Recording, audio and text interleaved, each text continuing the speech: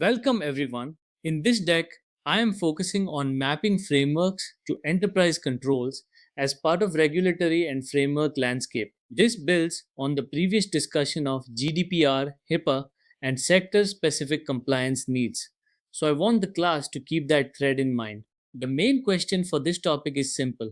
How does mapping frameworks to enterprise controls change the way an enterprise makes decisions, assigns accountability, operates controls, and proves that the controls worked? As we go through the slides, listen for the movement from idea to execution. We will start with the concept, then move through risks, workflow, tools, implementation, and a short classroom exercise. Now that the topic is on the table, I want to set our learning objectives.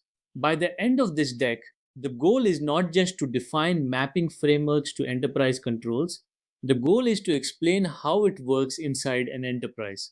For this class, I want you to keep six lenses in mind: policy, process, people, tooling, controls, and evidence. A governance idea is only useful when it changes at least one of those lenses in a concrete way. The example on the slide is our bridge from theory to practice. As I explain it, think about where your own organization would need an owner, an approval step, a metric, or an auditable record. With the objectives clear, we can now ask why this topic matters enough to spend enterprise time and budget on it. This slide is about stakes. Mapping frameworks to enterprise controls matters because AI governance is not only about writing policies, it is about preventing unmanaged AI behavior from becoming business, compliance, security, or reputational risk. The risk side is especially important here. For this topic, the common failure modes include framework overload, stale legal mapping, and unowned controls. I would pause on each one and ask the class, what would the first warning sign look like in production? The value chain along the bottom is the through line for the rest of the deck. Policy becomes process, process becomes controls, controls create evidence, monitoring detects change, and enforcement acts when the system is live. Once learners see why the topic matters, the next step is to give them a vocabulary they can use in a review meeting or implementation workshop. Here, I would slow down and make sure the class has shared language. The core concepts for this topic include external obligation, control objective, evidence artifact, and regulatory traceability. These are not academic terms, they are the vocabulary teams use to make decisions together. The plain language anchor is the most important message on this slide. Mapping frameworks to enterprise controls becomes governance only when it changes decisions, control operation, evidence collection, or system behavior. I also want to emphasize the distinction in the lower callout. Documents prove intent, monitoring shows behavior, and guardrails act live. Those three layers work together, but they are not interchangeable. Now that we have the vocabulary, we can turn it into a risk conversation. Where does this topic break down when the enterprise does not operationalize it? This is where the discussion becomes more concrete. I would tell the class every governance topic has failure modes, and our job is to name them before the system is already in production. The risks listed here are tied to controls because a risk without an owner or control is just an observation. For this topic, the control pattern includes framework crosswalk, control library, and obligation owner. A useful classroom prompt is, if this failure happened next quarter, who would notice it, what evidence would prove it, and what decision would the organization make next? The big takeaway is that principles must become owned, measured, evidenced, and enforceable controls. That sets up the workflow on the next slide. This slide gives learners an operating pattern. I would walk left to right through the life cycle. Identify sources, interpret obligations, map controls, collect evidence, review changes, and update policy. The exact labels may change by company, but the governance logic should stay consistent.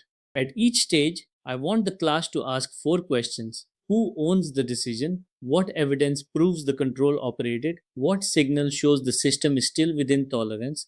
And what change would trigger reassessment? The design rule on the right is the practical point. Low risk internal uses should not be buried in process, but high impact external systems, regulated data, and autonomous agents need stronger gates and runtime controls. Once the workflow is clear, we can talk about tooling without falling into the trap of assuming one platform solves every layer of governance. Tooling is often where enterprise AI governance conversations get blurry, so I would frame this slide carefully.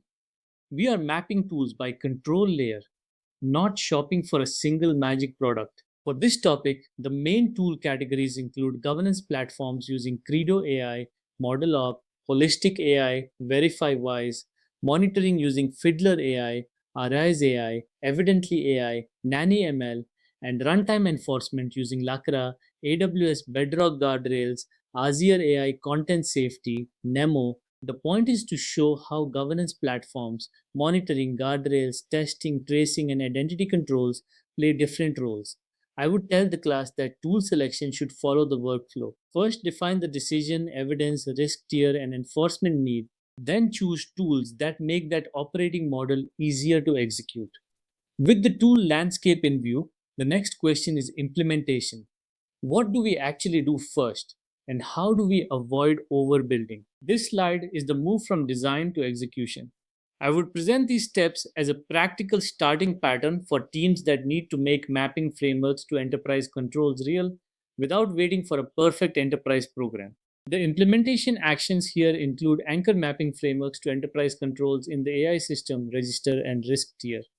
Assign accountable owners for policy, process, technical control, and evidence. And define what is reviewed once, what is monitored continuously, and what is enforced at runtime. I would ask learners to identify which step is policy work, which is process work, which is technical control work, and which creates audit evidence. The minimum evidence box is deliberately concrete. A decision record, owner, risk tier, control checklist, test result, exception status, and change history are the kinds of artifacts that make governance defensible. After implementation, the useful classroom move is to compare mature habits with common mistakes because that is where teams usually recognize their own gaps. Here, I would make the discussion practical and candid.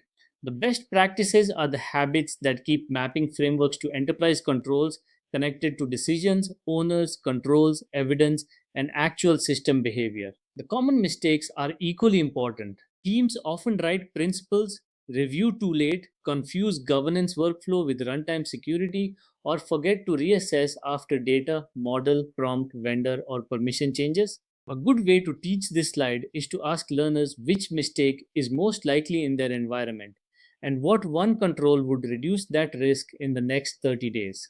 That sets up the recap. We are going to pull the key ideas together and turn them into a short discussion or lab prompt. To close this deck, I would bring the class back to the central message mapping frameworks to enterprise controls, links AI ambition to accountable enterprise behavior.